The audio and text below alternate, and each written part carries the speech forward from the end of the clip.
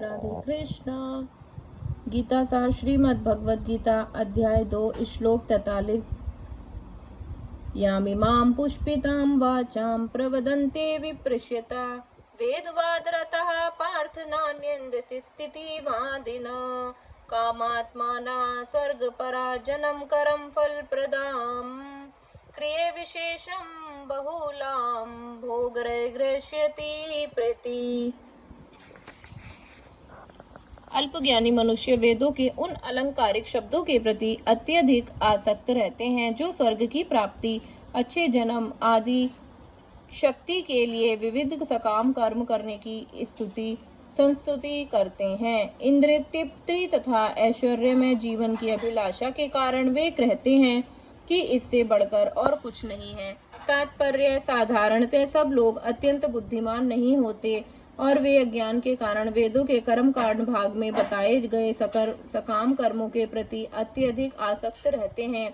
वे स्वर्ग में जीवन का आनंद उठाने के लिए इंद्रिय तृप्ति कराने वाले प्रस्तावों में अधिक और कुछ नहीं चाहते। जहाँ मदिरा तथा तरुणियां उपलब्ध हैं और भौतिक ऐश्वर्य सर्व सामान्य है, वेदों में सर्वलोक पहुँचने के लिए अनेक यज्ञों की संस्तुति है जिनमें ज्योतिष्टोम यज्ञ प्रमुख है। वास्तव में वेदों में कहा गया है कि जो स्वर्ग जाना चाहता है उसे ये यज्ञ संपन्न करने चाहिए, और अल्पज्ञानी पुरुष सोचते हैं कि वैदिक ज्ञान का सारा अभिप्राय इतना ही है। ऐसे लोगों के लिए कृष्ण भावनामृत के दृढ़ कर्म में स्थित हो पाना अत्यंत कठिन है।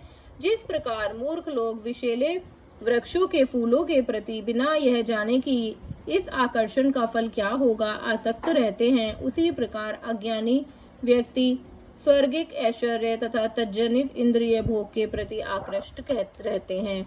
वेदों के कर्म कांड भाग्य में कहा गया है, अपाम सोमृता अभूम तथा अकक्ष्य है वह चातुर्मास्य याजिनः सुकृंत भवति। दूसरे शब्दों में जो लोग चातुर्मास तप करते हैं वे अमर तथा सदा सुखी रहने के लिए सोम रस पीने के अधिकारी हो जाते हैं। यहाँ तक कि इस पृथ्वी में जो भी कुछ सोम रस के लिए अत्यंत इच्छुक रहते हैं जिससे वे बलवान बने और इंद्रिय स्तुति का सुख पाने में समर्थ हों, ऐसे लोगों को भव बंधन से मुक्ति में कोई श्रद्धा नहीं होती और वे वैदिक यज्ञों की तड़क भड़क में विशेष आसक्त रहते हैं। वे सामान्यतः विषयी होते हैं और जीवन में स्वर्गिक आनंद के अतिरिक्त और कुछ नहीं चाहते। कहा जाता है कि स्वर्ग में नंदन कानन नामक अनेक उद्यान हैं जिनमें दैवी सुंदरी स्त्रियों का संग तथा प्रचुर मात्रा में सोम रस उपलब्ध रहता है। ऐसा शारीरिक सुख निसंदेह विषयी है। अतः ये लोग वो हैं जो भौतिक जगत के स्वामी बनकर ऐसी भौतिक अस्थायी सुख के प्रति आसक्त हैं। राधे कृष्ण।